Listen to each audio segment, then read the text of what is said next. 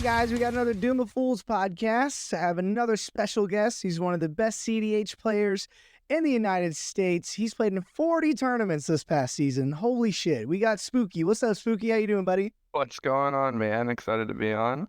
Excited to talk today. Sweet. He is the Dino Master himself. He's the Pantlaza guy. If you guys see him at a CDH tournament, that's the guy. So make sure you give him a high five for me. And I will see you at the Boil too, and you have to sign my Pantlaza. That's right, exactly. I'll be happily doing Pantlaza signings all weekend. He's like, yeah, I'm here for it. So yeah, let's get into it, man. How and when did you get into Magic? You know, what set and why, and then what made you pick up CDH? Sure, yeah. So I've been playing Magic for about a decade now. When I was 13, going into 14, my uncle bought a fat pack, a core set, like M14 fat pack for me for Christmas. And I opened that up and I played at high school quite a bit, just with my friends, just pretty much every day, because we had a health class at the time that was basically borderline do nothing, so we just played Magic the whole time. Nice. That's where I sort of got my roots and learned the game. I started going to some F&Ms at some locals and stuff, had a lot of fun. Learned that a lot of things I did in school actually was totally not correct. Nice. Fast forward to COVID, right? Right around when COVID was coming along, it's when I started getting back into the game. I had about a year fallout after I graduated, and then once COVID hit, I was sort of not doing a whole lot. I went to my local, found out that Commander Legends had recently come out, and decided I was going to get into Commander Legends, or Commander in general. Started playing at my local, started playing over Spell Table quite a bit. And eventually I ended up going to a tournament where Drake Sasser and Morgan Pendley actually just dominated the whole local scene. I don't know if you know who Drake Sasser is, but he is, one of the, or I don't know if he's actually still affiliated with Playing with Power, but he was at the time. Mm-hmm. I'm going to try to get a hold of him for a pod for sure. I had talked to him after the event, and I was like, where can I find this list? I want to learn this. I want to get into this. And it was a Cody list right around when like Cody first got its big boom. I remember that. I hate you. Yeah. He came by and was like, this is what I'm doing, and I'm doing it now. Yeah. And then since then, I've been practicing with a little group of friends. Eventually, in this past year or so, we started really hitting tournaments. Once the Top Deck season 1 actually started, we really didn't even know about the Invitational until this year, actually, maybe January or February is when we really started grinding, because that's when we found out about the Top Deck Invitational. We were actually grinding for a smaller Invitational ran by one of my good friends, Wayne, who was doing a Time Twister Invitational series. Oh, cool. And doing that, we were also getting points for the Top Deck Invitational, and we just didn't know about it at the time. Gotcha. Yeah, so how was the Invitational, like in Naya? How was that? You got a win? All right. You know? That's what I was looking at. I did get a win. I got a win. That, and, I was in last seat, so I'll take it. So before the Invitational, I had actually tweeted at Alan, who was another person that was in the Invitational. He said that he was going to go 7-0-0, and I replied to him and I said, actually, you're going to go 6-1-0, and I'm going to go 1-6-0. Nice. And call your shot. I didn't accurately predict his, but I did accurately predict mine. And definitely went 1-6-0. That's funny. That's how I was gonna get into a bit later. How Naya and Pantlaza, with the meta. I kind of take the Invitational with a grain of salt, because that's rock side Blue Farms to say, and then everything else. It's not like going to be the Boil, which. So it was like a huge clash of metas, from around the U.S. mainly. West Coast versus East Coast is pretty much your predominant meta scenes. Yeah. And I just wasn't ready for some of those faster decks. I should have teched a little differently, I think, going into it. Mm, But it is what it is. I still had a great time. yeah. I played with a lot of good friends. I played with a lot of people that I had never actually played against before because of where we're based. Mm-hmm. So all in all, I still had a great time. Cool. It was awesome. Yeah, that's awesome. I've talked to a few people and they said the Invitational was nothing but good games. The competition was a Oh little yeah, rough. the games were some of the like best actual games I've ever played, which adds up, right? Right. We were all there for one thing, right? Right, yeah, I talked to Max B about that, and he was like, "Yeah, Rockside turned one of Mystic Remora and kept it around for 3 turns, and not one person fed it." And I'm like, "Oh my god, that is my dream." Like, there were seasoned players that knew, "Hey, don't give Rockside any fucking cards." But the last tournament I was at in CCS, this blue farm had a risk study and drew 11 cards, and people wondered how they won. And I'm like, guys, you didn't pay any of your taxes. You cast the Mox Opal, didn't pay for the risk study, and you couldn't tap the Mox Opal. What are you doing? What if upon obedience? What if my fucking cock is orange? So I digress. I hate that tournament. I'm not talking about the tournament anymore. Me and the judge almost Sure, fought yeah. around 2. We almost fought. Anywho's. Oh yeah, that's a bad experience. We'll talk about that off Yeah, air. for sure. Only positivity here. Absolutely. So what's it like being like? What is a CDH grinder? Like, besides it being expensive and traveling and flights and everything, what is it like being a CDH grinder? And would you have any advice for a person? Hey, I want to grind the next season. I have 2 friends that listen to this podcast, and they say, "Hey, we're going to the boil. We're grinding every tournament we can." Do you have any advice for them? And what's the lifestyle like? Okay, so yeah, it is a lot of traveling, right? Your events are, at least your bigger events are usually, one might be in X state where one is in Y state and one's in Z state, right? My biggest advice is if you're not booking through people that are already providing discounts, book through something like Wyndham, right? Wyndham gives you points. Points are great when you're going places, or book through Airbnb if you have a group. Things like that, discount your costs going into it. Mm-hmm. It's the majority of the community is great and is willing to split spots. So a lot of times you can just reach out in certain servers and be like, "Hey, does anybody have a spot?" And they'll be like, "Yeah, it's X amount. We'll be cool." Blah blah blah. Right? And go about our day, play in a tournament, become friends, play Magic after the tournament. It's always great. Yeah, that's awesome. So my biggest thing is just mainly look for deals, on rooms and stuff. That like is kind of diverging a little bit, but for players getting into the format and players getting into traveling for events, getting discounts on things is one of the best ways to go places cheaper. Right. And since you go to so many, like, is it just a mindset or is it just second nature to you? Because you've been to so many this last season or this last year, right? Your conversion rate is 37.5, your win rate's 26.5. So almost 40% of the time you're going to top 16. Is that just a mindset? So going into events, I tell myself I'm at least going to put Pantlaza on EDH top 16. That is what I told myself going into events. And as you can see, approximately 40% of the time it works. Yep. Going into this next year, I am going to start telling myself that I'm going to start putting it in first place, right? Mm-hmm. We'll see how that goes. As the meta speeds up, this deck is going to be less and less appealing, but I'm going to keep playing it because I love it. I had actually tried and play tested out a couple other decks. And they just have not been fitting my vibe. Mm-hmm. I might continue to pursue that, but currently we're rocking Pantlaza all day, every day. Oh, yeah. That's awesome. Oh yeah. So like, obviously Rog Size, your nightmare matchup. What do you think with Pantlaza in general? Which again, we're gonna do a mini deck tech later. But in general, like just Naya stacks or Naya Dockside combo Kiki Jiki, just Naya in general, this mid range hell. What is your worst nightmare slash what's your what's the strength of the deck? Because obviously you're top 16ing with the Naya deck, and that's crazy in someone's eyes, right?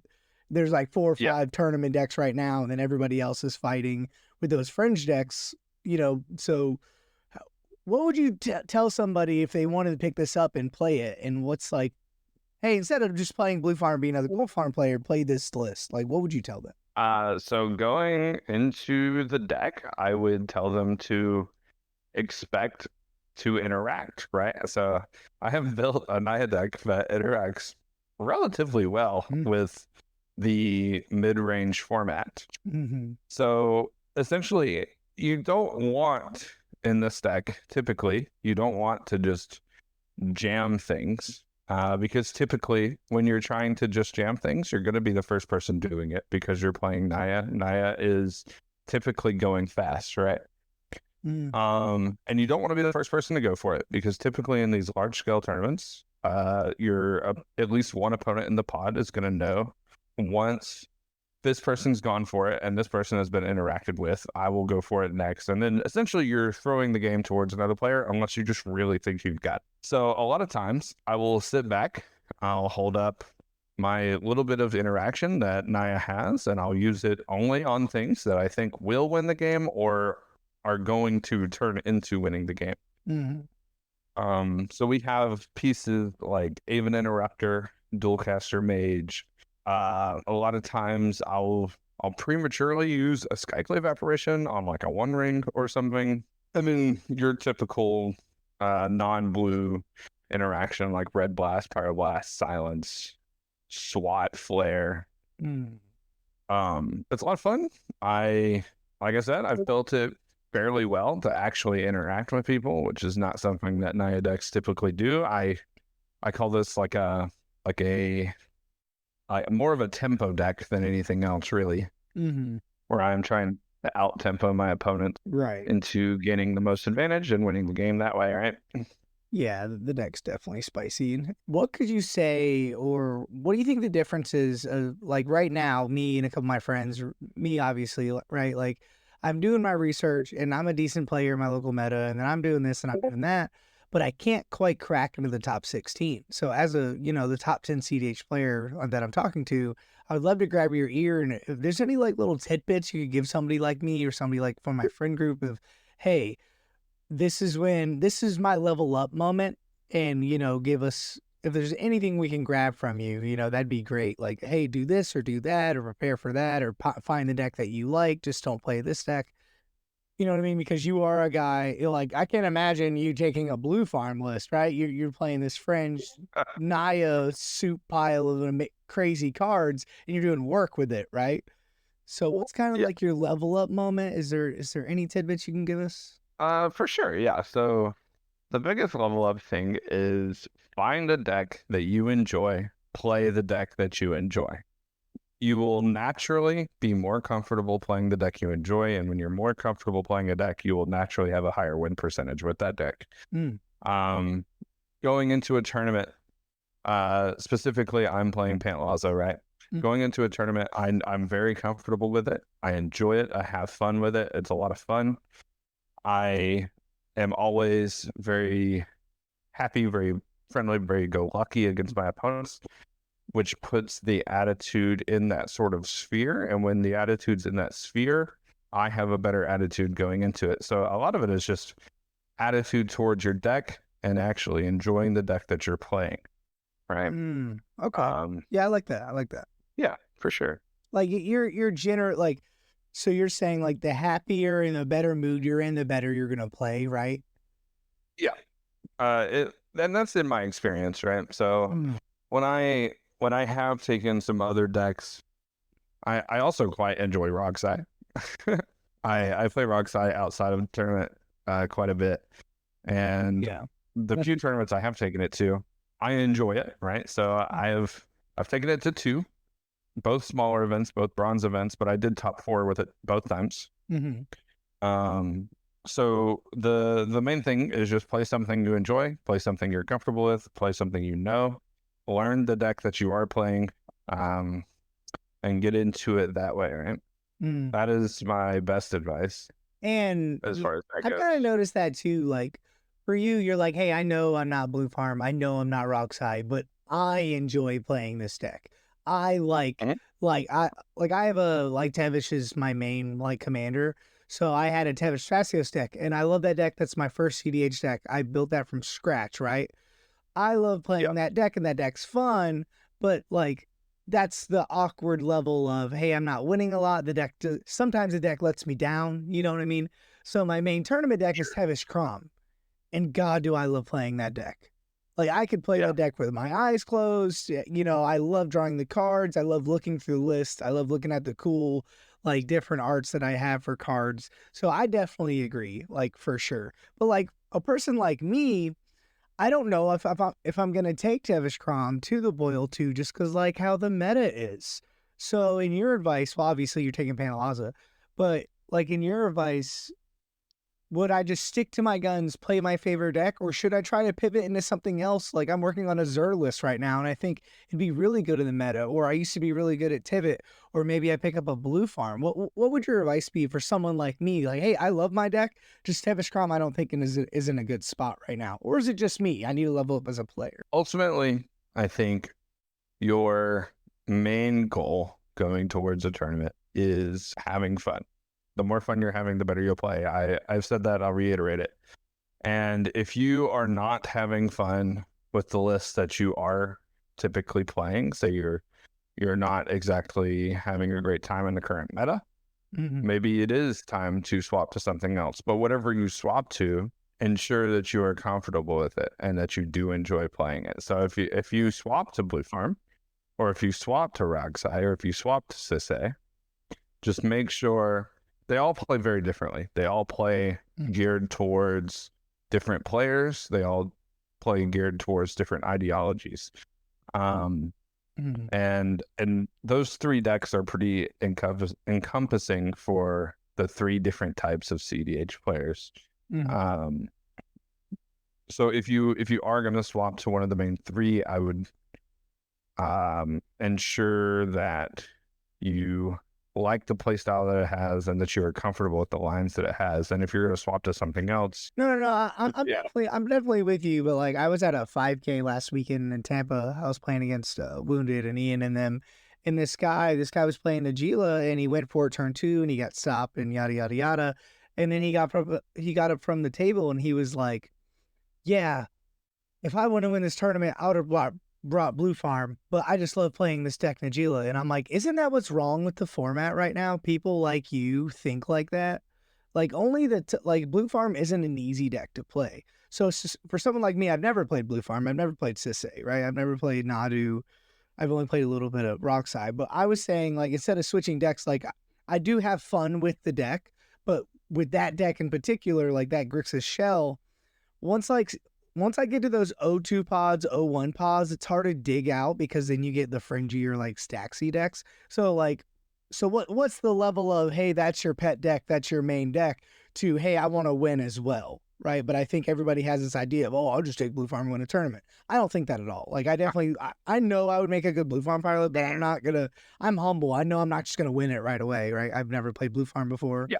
I don't play that much. Right. So that's all I was saying for my deck is maybe I want something that just hits the meta kind of sideways, like a Panalazzo or like a Xur or something that people aren't really expecting and that people don't see because they know exactly what I'm doing. That's all I was saying. But again, like it's all about testing, right? Like that was gonna be my next question. Do you have like a good friend group? Do you like play a lot in practice? Like I feel like for me, like I have a friend group, they play a lot of spell table, but I like in real life games, right? So I don't really play that much. Yeah. So is that like another level up moment too? Is just the people around you and you're getting good with them? Yeah, it is. It is definitely a level up moment, is the people you encompass yourself when you're trying to practice for tournaments. So ideally you want your friend group, you want to play with them, and most of the time that will end up bringing all of you up, especially if you have a full pod, right? If you all play with each other, you'll all naturally get better at the game. But sometimes you need to bring in players that you know are better than you, and that goes for me too. Like I hit 40 tournaments last year, but I still know that I have a ways to go, right? Mm-hmm. So I still have my games where I play with my friends, and there's nothing bad saying on them. They just don't grind like some of these other people do. And I put myself into pods with players that I know I can really, really learn from. And it's honestly very humbling every time, because I'll make one little mistake, and it's hard to come back from the little mistake when the people that you're playing against really know the game. Yeah. And there are people in my friend group that definitely really know the game. So I'm lucky to have that. We do play just about every night. I play with my friend group just about every night, but we do play on small table. Gotcha. I travel for work, so a lot of times I'm not actually home, and it's hard to actually have an IRL friend group to play with. I have been in the Memphis area, and there is a pretty good group here. I don't know if you're familiar with Skylar Outlaw, but he also was in the Invitational. His group plays here, and I do go out and play with them a couple times. But really, I just surround myself with good players. I play with good players, and the good players are my friends, obviously. Okay. Yeah. Gotcha. So I just practice every day, right? And I got you. maybe that's a lot for some people. Yeah, and there's no that's like, really what I do. yeah, then there's no like solving the format too, right? Like you play all There's the no- time, and no. you play.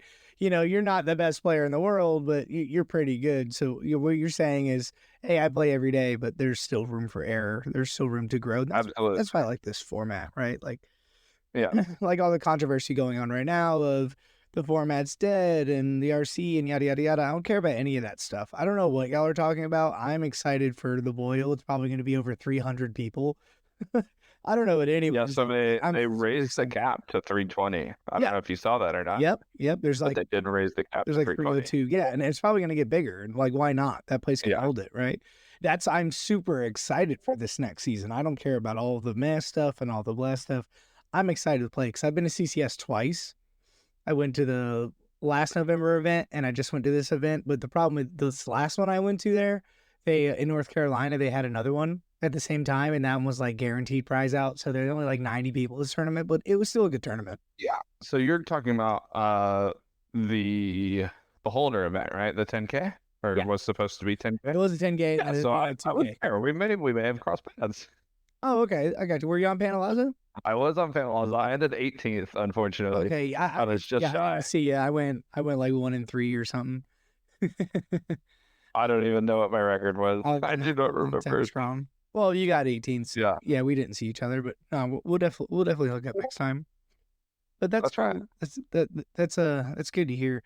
So going into the boil, right? There's 300 person tournament, 320, 350, whatever it becomes. Absolutely.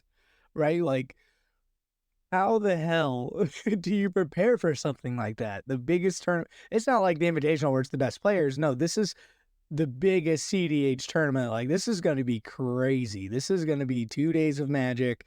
Like, the prize pools are going to be insane. The tensions are going to be high.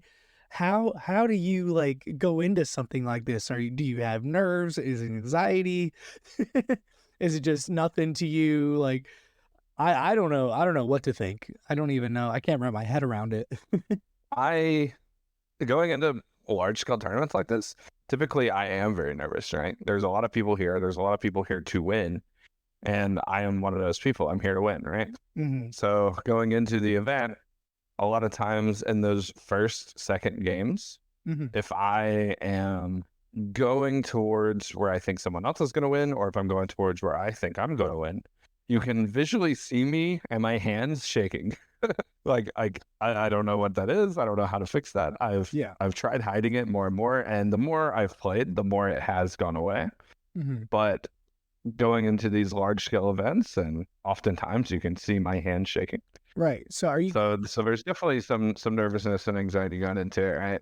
But there's always good nerves and good anxiety, right? Oh yeah. Are you confident? For sure. Yeah. It's never a bad thing. It's never too much for me. You know what I mean? Right. But 37 point, almost 40% conversion rate. Are you confident in these games? Like, you go round one and you're like, all right, I'm definitely in the top 16, or you just kind of go with the flow? So going into these events, I try to stay as confident and positive as possible throughout the whole thing. Mm, If even if I am like, a win away and going into the last game, I'm like, well, I'm just going to win this game easy, right? And it doesn't always happen that way, but you have to put yourself in that mentality. That way you're not upset going into the game. And if you're upset going into the game, you will naturally have a higher chance of losing that game because you'll mess up. You'll try to shoot for something too quick, or you'll interact with the wrong thing because your mind is elsewhere. You want your mind to be on winning that game. yeah. Yeah, especially some. I don't even know what the prize pool is. Jesus Christ. I don't either, actually. I $1 million. yeah, I don't know. It's like I don't know if it's 10K or 12K. Yeah, well, it's got to be over that, right? For sure. I don't But I mean, I don't really think of the prize pool. For me, mentally, I don't either. Yeah. Me not knowing shows you that I don't think about it. no, that's fine, right? But me personally, I just want to, get over that hump. Like, obviously, I've won. There's about 2 hours away. There's sky high tournaments, and they do about 30, 40 Yeah. people, and I've topped some of those, and I'll get in top 4 pods, and then we'll ID and we'll all split the pot. Like, I've done that a few times. I won at Badlands, so like I definitely have my experience. But something like this, I go in as, hey, I want a top 16, right? But it's always like, Yeah.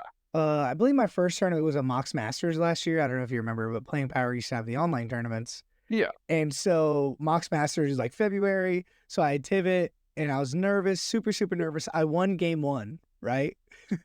So Okay. then I lost, I lost one round 4. And then my round 5 to get in, I punted, right?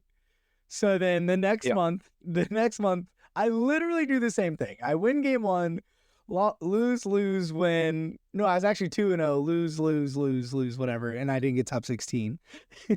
Yeah. And it definitely happens. Going into these tournaments, sometimes you just have to accept that it will happen. Yeah. You're still, at the end of the day, we're all still human. We're going to mess up. Or even if we don't mess up, this is a very RNG format. Things will happen. Right. And you always have to go into it with that positive outlook. Like, things just happen sometimes, right? Yeah. And if you do mess up, you learn from those mistakes. You fix it in the future.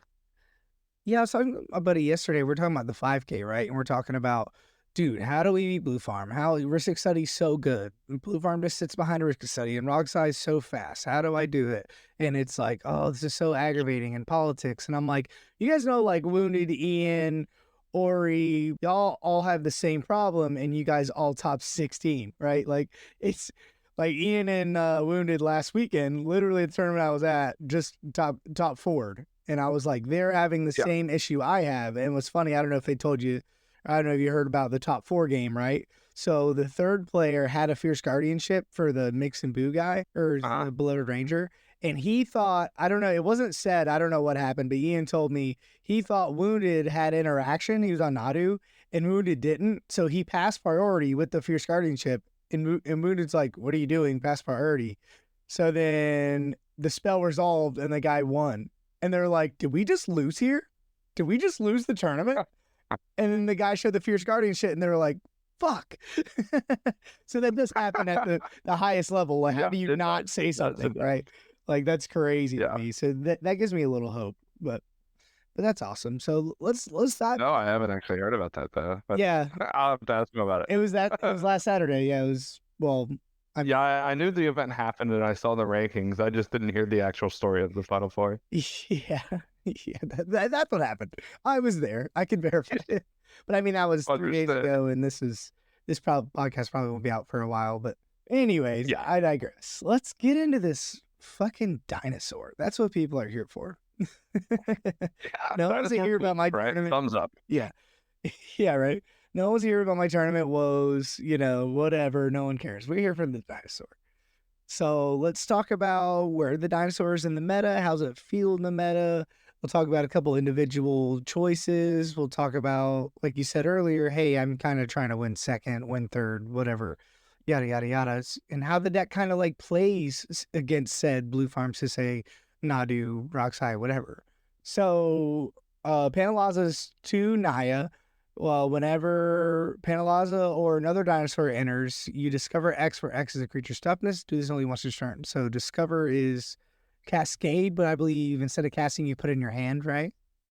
Yeah, so well, I can cast it, or I can put it in my hand. There is no option to put it back on the bottom of the library, which typically you wouldn't want to do anyway, right? So if I flip into a red blast, but I don't want to red blast anything on the table, I can just put that red blast in hand, and I can hold it for later. Oh, that's so good. We're talking about it off air, like, hey guys, Cascade. Yeah, let's break Cascade. It's already broken. Yeah. Damn it. So let's go ahead. Let's deep dive in the list. Sure, yeah. So what's your play patterns look like? What's your mulligans? How's the deck feel? Like, this deck looks a lot of fucking fun, dude. It is, dude. It's so much fun. I love talking about it. I love playing it. It is like my pride and joy. So the last boil, real quick, I would like to point this out. Yep. The last boil was my first tournament on this deck. Mm-hmm. That was like big and was like a bronze event, Mm-hmm. you know? And that was the first event. I top 16 with it. Was at the boil. Oh, Going yeah. into it, I even called my mom. I was like, "There's no way, mom. I just top 16 this event. This is the biggest event that's ever happened." Oh, yeah. It's over there. This straight cope. You were like, yep, I'm in forever. This is all the dopamine I need. I'm never blowing this deck. That locked me in. That locked me in on Pantlaza. That's hilarious. I love that.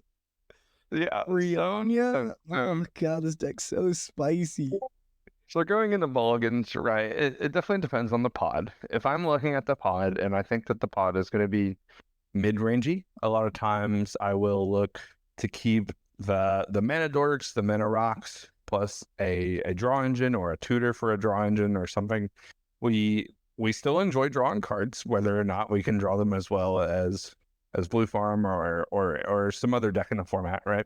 Mm. We definitely still like drawing cards, and I think one of Naya's strengths is that it doesn't need as many cards to win the game. There's a ton of combinations of cards that just win. Mm.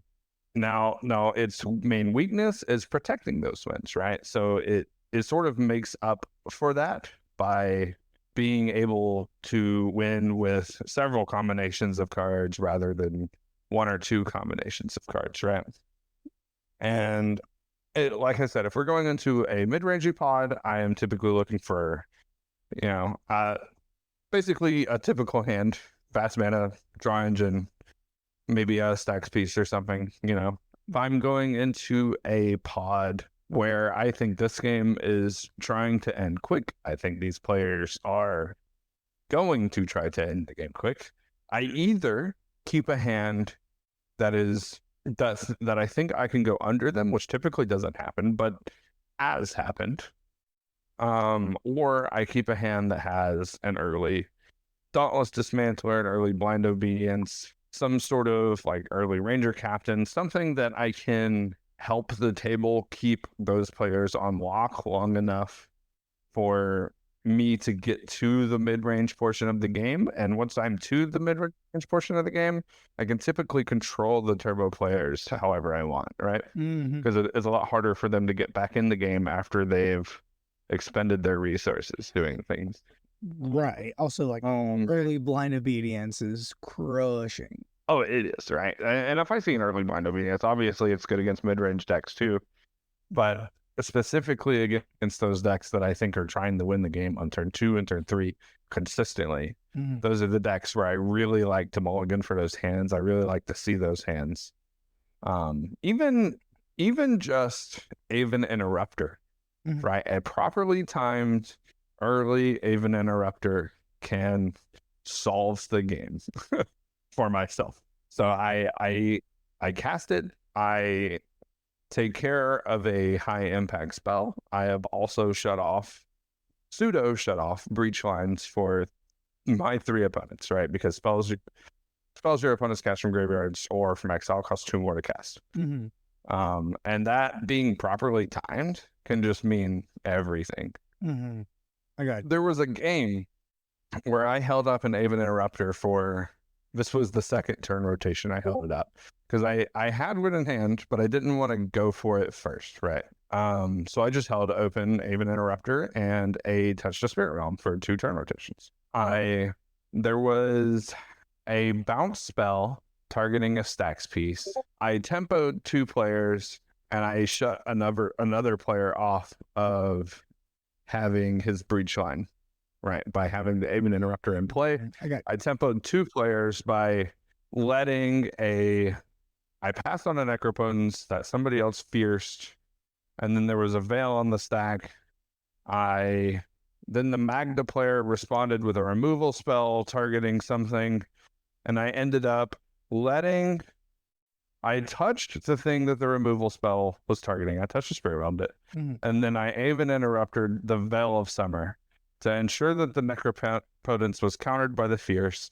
And I also got rid of the thing that Magda was trying to win with on top of all of that, right? So I shut off 2 win attempts, and I also shut off the adjacent player's win attempt on his next turn because he tried going for a breach line until briefly realizing that the Aven Interrupter actually stacks him out of that also. So it's like a 3-for-1. Let's go, baby. Yeah, it was very much a 3-for-1. It was amazing. Sorry, I had a little blank session and had to re-remember what happened, but it was one of the best feelings I had ever felt. I was like, okay, this is my reason to hold interaction. This is my reason to not just jam it. Yeah. Because obviously, if I would have just jammed it, there's a Fierce in this guy's hand, there's a removal spell in Magda's hand. I'm a creature-based deck. A lot of my combos are creature-based. The removal spells will oftentimes just, oops, you got me, you know?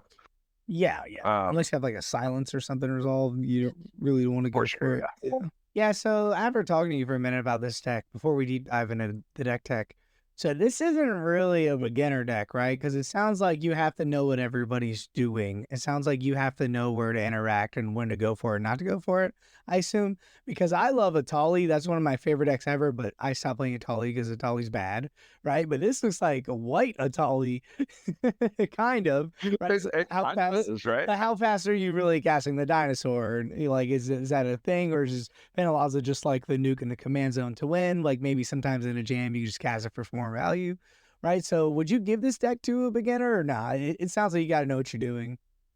So you definitely have to know what you're doing. You have to know what your opponents are doing. But also, I think the deck can be learned by a beginner at its roots, right? So the deck at its core is Slime Dockside and probably win the game. There's a plethora of cards that just win with Dockside, right? Yeah. So, I mean, once you learn the basics of the deck and learn how it functions, I think once you start learning the meta from there and learning what your opponents are doing, I think that's when the deck really gets good. Because when you know what your opponents are doing, you know when your opponents are going for something. I actually had a buddy tell me the other day, it was like, the moment I found out that you were a good player is when you called out every single play I was about to cast. Every single card going into my turn. Yeah. And you pointed out the reason that player B should not use the interaction on your whatever it was, probably a stacks piece, because player A, him, is going to be casting all these spells and you just have the feeling that he's going to do it. So when you're able to read the table and you're able to read what you think they're going to be doing, it makes piloting this deck a lot easier as a Naya deck that doesn't have as much protection, as much blah blah blah, right? You have to know what to stop, when to stop. Right. Yeah, and you have to know your combo lines in and out. I was telling two podcasts ago, I had 3 of my friends on and we're talking about, our buddy Tyler's getting into CDH a little bit.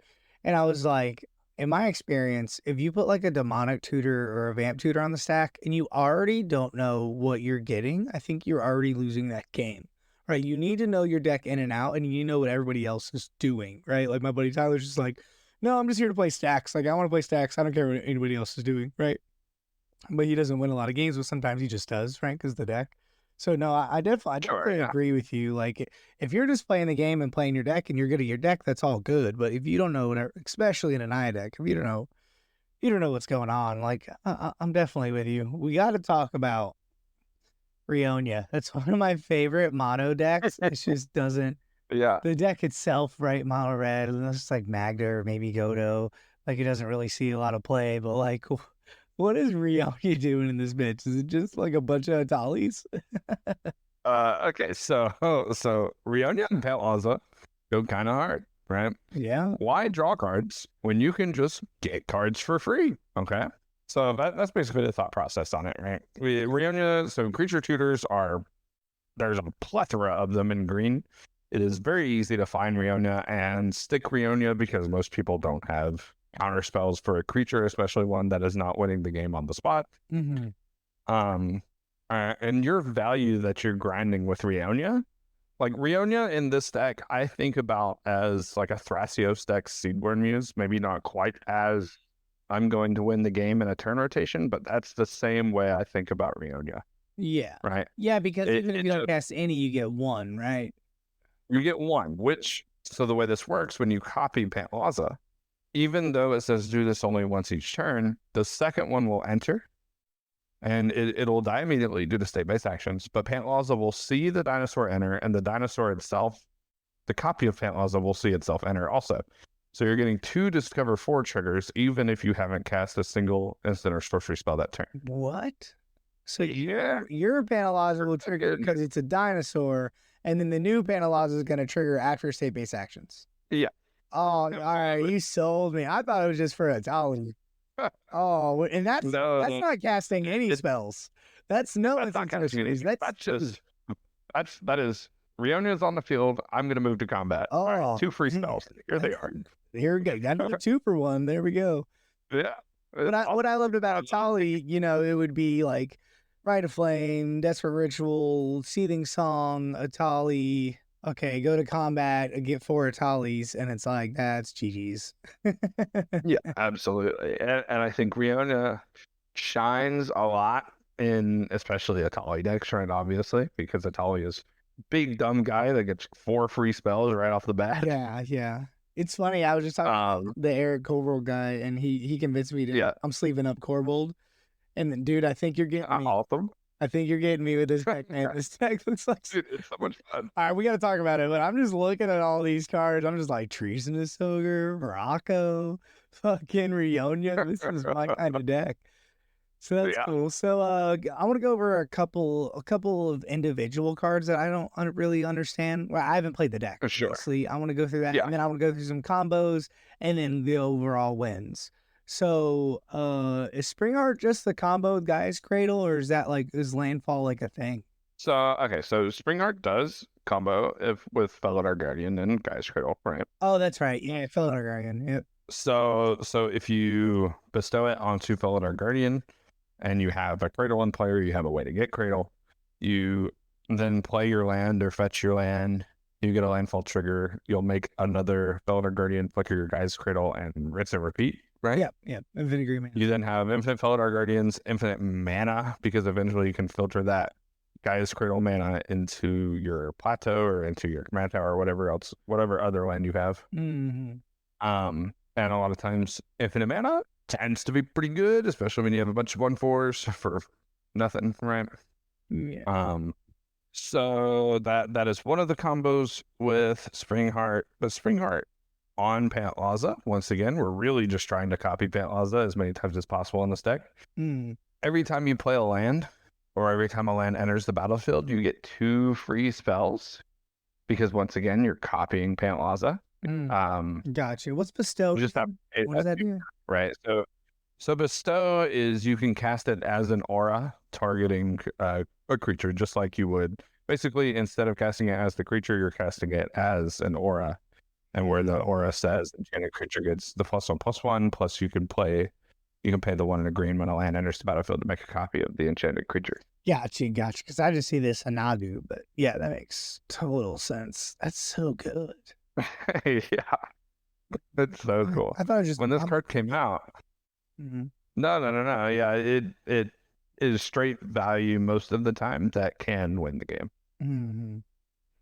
I got you. And I think the same is true for like a lot of the cards in this deck. They're straight value until they're accidentally winning. Mm-hmm. Yeah, and like 6 is insane, right? Yeah. So when 6 came out, I put it in the deck. I play test with it. I didn't like it. And then for the Invitational, I decided to sleeve 6 back up because I had actually came on the Kiki lines. And for some reason, I was like, let's run 6 now. I think it was because he was a 3-drop, and having that 3-drop has more consistency to actually start your pod lines into a FLR, and continue. But having the 6 in the stack, now that I've gotten whatever bias I had over it in the beginning, I really like 6. 6 is crazy. This card is just like, I'm going to buy back whatever spell is in the stack because it is primarily permanent based. Yeah, I think the card's insane in the right deck. So let's go over a couple of cards that you're not on. I don't see a breach, food chain. I guess you don't need breach, right? You have so many win cons. Yeah, so breach is awkward, right? You have to run some awkward cards that don't really do anything in the rest of the deck unless you are winning with breach. So that's the main reason. I've tried it a couple times, and every time I've had it, it just felt really awkward. Food chain I actually cut from the deck before the Invitational. I don't know if this is a permanent cut yet, but I was playtesting it because I knew Ristic Study would be very prevalent at the Invitational, right? And if you're going for a food chain win, yep, that's the don't jam it into a Ristic Study. Yeah, that's the card that stops. Yep. And it's just very prominent in the format. And food chain on top of that is hard to find. We have an exactly enlightened tutor. There are a couple other tutors I could run, but I think they're primarily all not great. Idyllic tutor is not great. Right. Neither is Moonblast Cleric. Yeah, Gamble, right? Yeah, I'm also not on Gamble notably, but you're not. But yeah, I'm not on Gamble. I think typically your card quality is just almost going to be the same unless you're trying to find Dockside. So there's not a lot of things I would just always want to hard tutor for when the cards in my hand are already tempoing out the game or winning the game. Okay, so just mulligan better. It's just I mean, I don't know, man. You're a Naya, right? Like, wouldn't you want more tutors? Yes. I mean, you play the deck. I don't. I'm just asking. Just fine. Creature tutor. Creature tutor. Find what creature I need. Win the game. Okay. That's it. Yeah, simple, easy. Okay. Maybe it is incorrect to not run Gamble, but every time I had it, it always felt bad. I would always top deck it. I would have no cards in hand because I am in Naya. I'm not drawing a lot of cards. Yeah. Yeah, I didn't think of that. You're not in blue. Yeah, so a lot of times the card definitely goes in if I am on breach lines, right? Yeah, gamble you in. But I'm not on breach lines. A lot of times I don't have a lot of cards in hand, so a lot of times gamble feels bad unless it's just in your opening hand or after a wheel or something. Right, and in your deck, it's at an actual gamble. You have 3 cards in hand.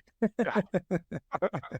I got you. And probably in your deck, like an Eldritch or Finale or Eldamar's Call is probably better than a Gamble, right? In your deck?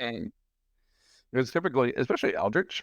I love Eldritch so much. Oh my god, I love that card. This card, one of my favorite play patterns is cast Pantlaza, discover into Eldritch Evolution, sacrifice Pantlaza, find a Tali, slam a Tali, ETB trigger, where I'm getting 4 free spells right off the bat. Give them to me. Oh my god, that's so good. Well, Eldritch Revolution, sacking Pantlaza gets anything in your deck. Anything, yeah. Yeah, you can get a Kiki. Tali is just my favorite. Right. Yeah, that's the nuts. Yeah, for sure. Yeah. So, I mean, let's kind of talk about combos, right? You're obviously a Dockside outlet. You're not on food chain right now, which you said you're going to talk about. We got Dockside, a meal. Like, what's kind of like the actual ways to win, and what's like the best combo in this deck, really, or is it kind of all of them? Sure. So a lot of it is infinite ETB soup, right? We are wanting to get those infinite ETBs. That way we can flicker our Pantlaza as many times as possible to get through our deck to dig to our actual win conditions. The easiest one to assemble realistically is just Dockside a meal, your classic Naya little combo. Yeah. I play. But there are other ones, we have Teamer Sabretooth, we have So with Italy specifically, if you have Bergie and Emil out, you have infinite flickers of Italy plus your infinite red, or pseudo infinite red as far as everyone's spells in their deck goes. Because every time you cast those 4 spells, you get 4 more red, which you can then activate Emil again, targeting the Italy, flickering the Italy. Yeah. It's kind of nutty, but it's also sort of like a dream scenario. Most of the time, it doesn't happen. But it is something to know about when you're playing the deck. And there's some other like little more niche combos, like with Twin Flame, Dockside, and Eternal Witness. If your count is 6+ on the Dockside count, you can make infinite Docksides, infinite Eternal Witness with haste, and you can continue returning the Twin Flame to your hand by striving it, targeting the Dockside and Eternal Witness. The same goes for Sanctum Weaver and Eternal Witness. It just it requires a lot more setup with Sanctum Weaver, but it is possible. Yeah, I just realized there's a lot of combos in this deck, dude. Holy shit.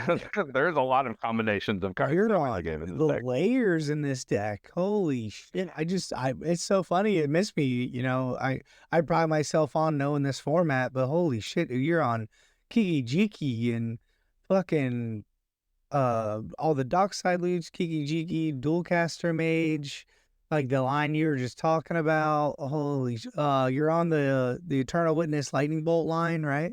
Yeah. Yeah, you don't need James. I'm on, draining the table out with Blind Obedience. So I actually had that come up in a relatively recent event. Someone cast an Angel's Grace on the last turn, and I had Blind Obedience out. So I wasn't silenced or anything. It was actually my opponent's upkeep. I had presented infinite mana and with Felidar Guardian and Emil. I passed because I was Ranger Captain locked. On the next player's upkeep, I started the loop again, and this is where an Angel's Grace was cast. But I knew Blind Obedience was still in my deck, so I was fairly certain I was still going to win the game. By the way, cleanup is still a phase, and that's when Angel's Grace wears off. So you still win the game if you drain everybody to 0 with Blind Obedience, because Angel's Grace specifically cares about damage and not life loss. Well, that's fun to turn, right? Yeah, it is until end of turn, which those effects wear off in the cleanup step. Yeah. So even before it gets to the next guy's turn, they lose. Yeah. Yep. Which is specifically where it matters at the timed rounds, where like this is the last turn. This is where there is no next turn. That is why that would ever matter. So a turn is specifically is that. I thought it was his end step. Beginning of his end step, game's over. It's his cleanup step, game's over. Yeah. Therefore, he died. So end step, the effect is still there, and then as soon as the discard has happened, or if he doesn't have to discard down, it moves to cleanup, right? And then boom, dead. But I really like Blind Obedience. A, it's a stacks piece, and B, it wins through the One Ring, which is that's what the hardest thing for this deck to do. That's what I was gonna say in general. Like, okay, I have infinite, Dualcaster Mages kill my opponents, and I'm staring at a blue farm with a One Ring on 5, or just cast a One Ring. I'm sorry, with all these cards in their hand, you don't know what to do. No, you can present any of your loops, right? Because damage, it doesn't damage. It says each opponent loses life. Yeah, it's not damage. Absolutely. Yeah, I'm putting it in every single deck I can. It's such a good card, dude. Oh my god, I know. I like Dauntless. If you're providing infinite mana, it is such a good card. Not even that. Like, it's just a good stacks piece, and it's asymmetrical. I think it is a good stacks piece. Yeah, I do agree with that. It's asymmetrical. It taps creatures and artifacts. It's good in your. I don't know if it's perfect in like every blue farm list or anything, but like your Tymna decks still like it. Your Nagila decks still like it. Your Derevi decks definitely like it. Well, I mean, in every deck that's not right, like 4-color pile or 3-color pile. Any deck that that is looking fast to, exactly. Yeah. What about Rocco? How's Rocco performed? So for a long time, I was not on Rocco. I recently put it in, maybe 3-4 months ago. I have been enjoying it. It's found me Dockside plenty of times. and it is typically an uncounterable way of finding dockside because of cards like Delighted Halfling or it just being a creature, right? Yeah. Um, and it's performed well for me. I wouldn't say it's like a super overperformer or anything, but it has performed well enough to earn its spot in this deck. Hmm. Yeah, and I feel like this is like a really good 6 and Shifting Woodlands deck too. Absolutely. Oh, this deck's Like I said, at first I was for some reason biased against 6, but I have since learned from my ways 6 is a nutty card in this deck. yeah, yeah. And I mean, and also when people are like, oh, well, Naya doesn't draw that many cards. Like white, I think, is the second best color now in drawing cards. You got Trouble in Pairs, you got Esper Sentinel, right? You got One Ring now, and Yeah, we have Arquebus, there is some card draw in this deck. yeah, Um yep, that's all. and honestly, Trouble in Pairs, you draw a lot of cards. Oh my god, hurts so good. I typically, if I have an Enlightened tutor and I have the choice to tutor for a Trouble in Pairs or One Ring, most of the time I'm going for Trouble in Pairs. Mm-hmm. It just will provide more impact. Yeah, if you know, Matters. yeah, if you know the game's going into the long game, for sure. Like Yeah. I've had a trigger on like Rogside's turn, or not Rogside. It was like a turbo. It was like a Rog Timna or something, and it triggered 3 different times just from them on their turn. And they're like, dude, Yeah, that's awesome. yeah, it's great. I'm like, attack me, pussy, you won't, and you attack me, and I was like, all right, sweet, thanks, draw card. This is like 2 more or whatever. Yeah. So 2 more things I want to say about the deck.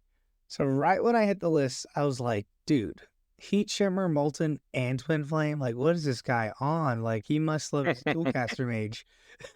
I think the Dualcaster Mage thing is fine, right? It's all about Dockside and Pantlaza, I assume. It is, yeah. So a lot of it is you have so many effects in this deck that are just super impactful when they enter the battlefield. Like your obviously your Dualcaster just wins. Your Dockside, if you can copy your Dockside, awesome. You're netting a ton of mana most of the time. If sometimes you have to copy an Eternal Witness or Imperial Recruiter to find another combo piece. A lot of times if I'm going for a win, sometimes I will even copy a Ranger Captain. That way I can sacrifice the copy and still hold the original for somebody else's turn if I'm not able to get there. Right. But typically I'm on all 3 because at their baseline, they are cast a spell, target your commander, get 2 free spells from your deck. Mm-hmm. So good. I'm gonna play test this deck. It's just so gnarly, Yeah, you love. You get free spells. Free spells, you good. Who needs to draw cards when you just have free spells? Yeah, I'm gonna call you Mr. 3 for 1. That's Pantlaza. That's so funny. And like, of course, Itali, right? Like, yeah, I'll fucking Twin Flame my. Oh yeah, absolutely. Like, yeah, sure, why not? Yeah, I'm gonna push every Itali player like on this deck. This is just Itali but better. It has white. It can interact. It actually has card draw. Like, this is like Atali's big daddy's brother, right? Like, yeah. Oh, this deck is so. So at first I was like, man, this is a fringe deck. So, but like now after talking to you, this is a real deck, right? Like, this isn't just fringe. Like, you're doing work with this deck. You're 40% fucking conversion rate, almost with, specifically with this deck, and it's awesome. What about Kiki Jiki? Is that just because it's non-legendary, right? Is that just a combo piece? Kiki typically is just a combo piece, and it's in there. I swapped it in for the Food Chain and Squee. I actually swapped in 1 for 1. I swapped in Karmic Guide and Kiki Jiki because I was already on Felidar Guardian and Breathing Pod. I don't know that I'm sold on the Kiki combo. Okay. It has won me some games. It's won me some very pivotal games, but I don't know that I'm sold on it. It is still essentially 2 dead cards in the deck, but yeah. And that was my last question. Just talk about Kiki a little bit. If I were to sleeve this up, right, or someone just sees this video and they want to sleeve this up, is this the type of build where it's like, hey guys, if you're gonna sleeve this up, play my list. Don't change the list. Don't do what you want. Don't play what you want to play. Like, what would you say? Because me personally, I'm taking a Kiki and put it in Food Chain, and then I'm more of an interactive player. Sure, so I might play a couple like more removal spells. Me personally, but again, I've never played the deck. So is this just a deck no one touches, or what do you think? So to start with, and to answer your question, I would like to send you to the considering tab. There are a lot of cards in this tab 120. that a lot of cards that I am always thinking about, cards that I'm like, these might be worth for other players. You know, if they have a different play style, they might enjoy these cards more. Yeah. Maybe they find something that I'm missing with some of these cards, and maybe I need to take after another player. Yeah. I say swap to what you're most comfortable with. If you're more comfortable with running more removal spells, then swap to that. If you're more comfortable with running less interaction and just trying to jam the win, try that, you know. Right. That's not dumb. It all loops back. It all loops back to what you're most comfortable doing. I got you. Like Savines, I wouldn't go home without a Savines. Right. That Absolutely, me yeah. personally, in like Underworld Breach, like yeah, it's fine. You're not in blue. Underworld Breach is kind of whatever. You don't have a lot of good tutors. Like I'm with you on that. But like some of these, I don't know, man. There actually is. Scythe, right. I'm about to test out Underworld Breach again because Okay. a lot of people are on this kick with Malevolent Rumble. Yeah. And I want to playtest that. I want to playtest Malevolent Rumble and What's that card do? Earthcraft. And so Malevolent Rumble, it's not even in my I didn't even see it. Yeah. Come on, man. This is actually what I was talking about earlier before I took a nap, and I was gonna do this while I was getting ready before the podcast, but I didn't have the time. The Malevolent Rumble is 1 and a green sorcery. Mm-hmm. Reveal the top 4 cards of your library. You may put a permanent card from among them into your hand, put the rest into your graveyard, and make an 0/1 colorless Eldrazi spawned creature token. Right, and you can sacrifice the creature for a colorless. Mm-hmm. So essentially, it's like greens in quotation mark food, not food chain, but brain freeze. Yeah. Right. Because it is a net positive for your Underworld Breach lines, and we really didn't have that before without like a wheel. I gotta look this card up. I love it because I hate Grinding Station. That card fucking absolutely. What's the name of the so card? it is something. Malevolent Rumble. It's in my considering now. If you refresh the page, you. Oh, okay. All right. Yeah, I couldn't spell malevolent.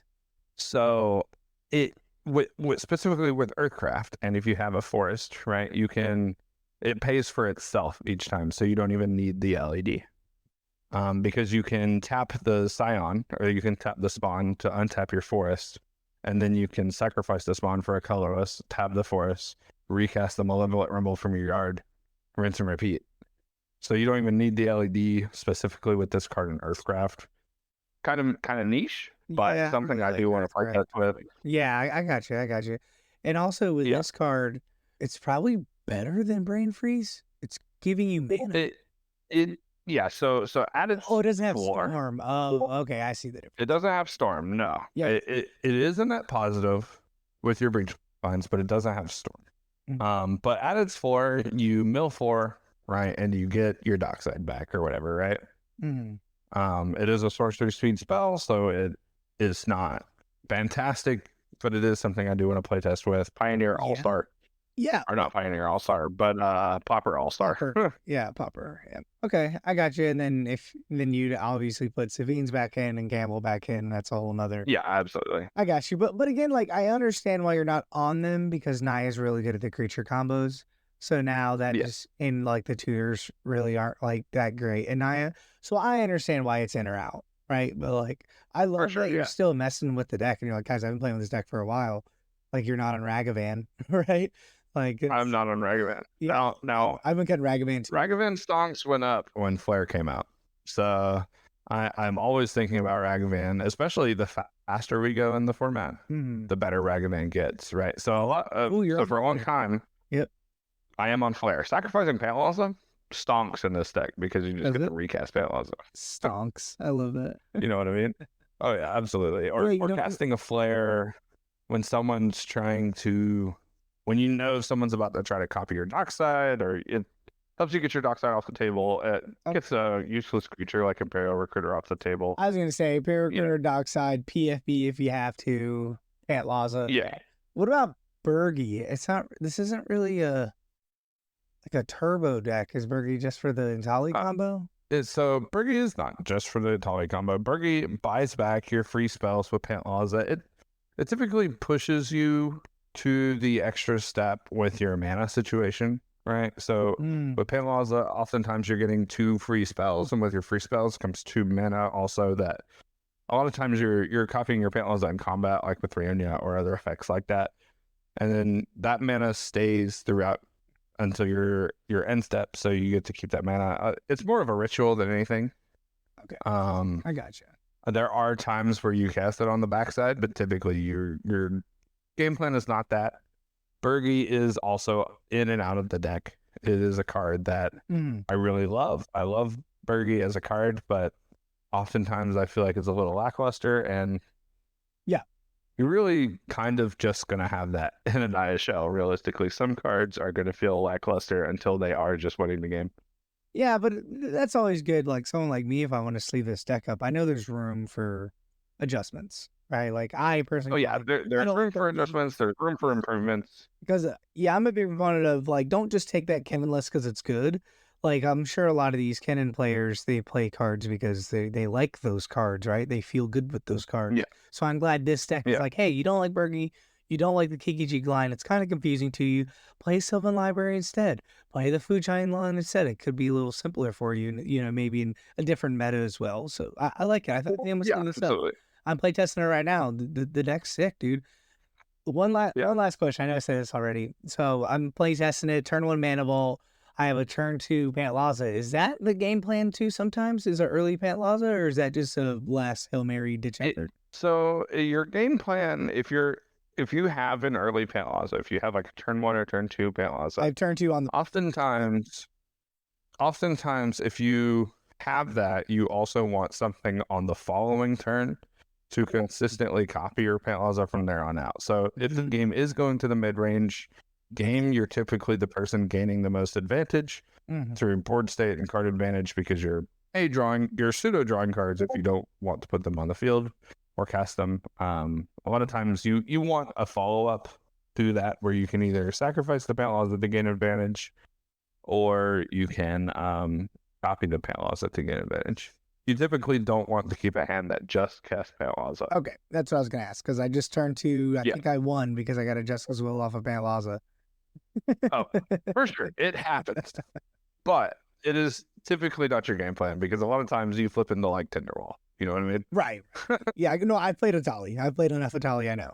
Right. Like Yeah. I have a real sliver deck sleeved up, and I love that deck so much. It's like Grixis 5 color to me. And you know, Mhm. you have the nuke in the command zone, but sometimes you have to cast a sliver to get something, and sometimes you're gonna get a Rhystic Study. Sometimes you're gonna get the win, right? Sometimes you're gonna get a Yep. fucking mana dork, and you're like, damn, right. But Absolutely. you're saying that's not the Uh, idea. But if you got like the nuts, like you have nothing else to do, and I got you. Yeah, this deck's really fun to play test, actually. there was a game where I kept a turn 1 Pantlaza on the play with a Dualcaster Mage in hand. I flipped into Jessica's Will, targeted an opponent with 7 cards, and made 7 mana, and I flipped into Bolton Duplication off of the Jessica's Will. So I just Do you, cast Bolton Duplication, targeted my Pantlaza, flashed in Dualcaster, and went to combat and won on my turn 1. are you this turn one? We're on the game's turn 1. Yeah. Right. You're just like, all right, guys, my bad. Y'all cut me, right? We Yeah. all agree y'all cut me. Yeah. That's All right, awesome. guys. Shuffle up. Let's play again, I guess. Yeah, right. It's so funny. It's the only time I've ever won turn 1 with this deck. Yeah, I used to actually. That's funny. You know, 2 years ago, getting into CDH, I have 2 turn one wins ever. Well, actually 3. Tevin Strograk doesn't count because I got lucky. But I have a Bergie, right? I used to play Bergie, Mono Red Storm Bergie, and I won turn Yeah. one on the play. Or no, I wasn't on the play because I had Gemstone Caverns, and or no, wrong game. I'm sorry. That was the other one I was going to talk about. I turn one, no lands. I won with no lands that game. Okay. Yeah, it was just like That's awesome. Jewel Lotus, Chromox, cast a spell, and then keep going with Bergie, and I just didn't need the lands. I got my combo piece in one. Yeah. Right. And then the other one was That's awesome. turn one Godo. Okay. I was just like land, Simian Spirit Guide, Mana Vault, Treason Soger, and it was new guys, and I was like, take 18, Godo, Yeah. take 15, Sometimes that equip, happens and they're that like, way. what? So then we're like, all right, shuffle up again, and they didn't. I should have changed decks. they wouldn't let me Yeah. untap. They're like, he's the problem. I'm like, all right, guys. He is the problem. And you're like, okay, look, and every game is not that way. I promise. Right. One of the people I enjoy playing with the most in these tournaments and stuff is James Doyle, and he is the Godo player that made it to the Invitational. He's a lovely guy. I love playing with him. Fucking He's that awesome. guy. Oh, you got to hook me up with him. I love that. I can probably get you in contact with him if you're down to Please. talk. I have to, dude, taking Godo to a fucking invitational, the balls on that guy. Absolutely, dude. So last weekend, we played an event, and he was playing his girlfriend's deck with his, which is Anya Falcon Wrath, and he top forward on that, and it was awesome to watch. That deck's so good. Oh, that deck's so good. They had a partner event at Sky High 2 hours away from me. You remember that? I think it was Yeah. in July, where you can take any commander part with any commander. Yeah. So I almost took Angie, Anya, and the blue commander, the blue partner, where it says spells your opponent's control, target commander you control, or like countered or whatever that is. Oh yeah. I don't remember what it was, but I almost SDR. I think. yeah, I almost took that Grixis Angie deck. I almost did, but I was like, nah, I don't think adding 5. No, I just took a Gyruda Tali. I had some cope. I went 1-4, but Gyruda Atali is hot though. yeah, those are. I was like, you don't know that Gyruda Atali is very hot. Yeah, I'm definitely I'm a tournament grinder right now, but I'm definitely like I have 10 decks sleeved up. I have 6 real decks, and probably 2 of them are tournament decks out of the 10, right? Like, I am the French master. So when I see this Pantlaza, and I'm just like, dude, like, gimme. Absolutely. Right. But, all right, looks like that's about our time. I could keep talking about this deck for days, man, but I hope everybody learned something about tournaments and about this deck. Let's leave up some Pantlaza. Is there anything you wanted to plug, or? So sure, yeah. So me and I don't know if you know this, but I am a part of a YouTube channel called Back on the Stack. Oh, I don't know that. I will link it. Yeah, I'll shoot you a link if you don't know what it is, but we have recently started a server where we are going to start trying to TO events and push out events of our own. Mm-hmm. And hopefully grow the community that way. So the main thing I would like to push is the like little child of Back on the Stack called Stacked, is our tournament. What's it called? Like tournament bracket of the channel. I don't know. You know what I mean? Yeah, I got you. Yeah, you got what I mean. And it's just called Stacked TDH. That's the biggest thing I would like to push currently, but cool. Back on the Stack is the YouTube channel I'm a part of. Back on the Stack. Very cool games. Yeah, I'll link it down below, and I'll check it out after this. That's cool. Thank you very much. Back on the Stack. All right, well. Yes, sir. You heard it here. The Dino King, Dino Master guy himself. I appreciate everyone listening. Everyone go out, play some CDH, get ready for the boil. If you're going to the boil, come see us. I'd love to. I'm really big right now on Japanese foils and sign cards. So I don't care if you're a nobody, but if you're the Tameshi guy, you're the Pantlaza guy, come sign my stuff. That's what I'm into. But I appreciate everybody. Y'all have a good day. This is Spuki and the Doom Fools podcast. Y'all have a good day. See you later.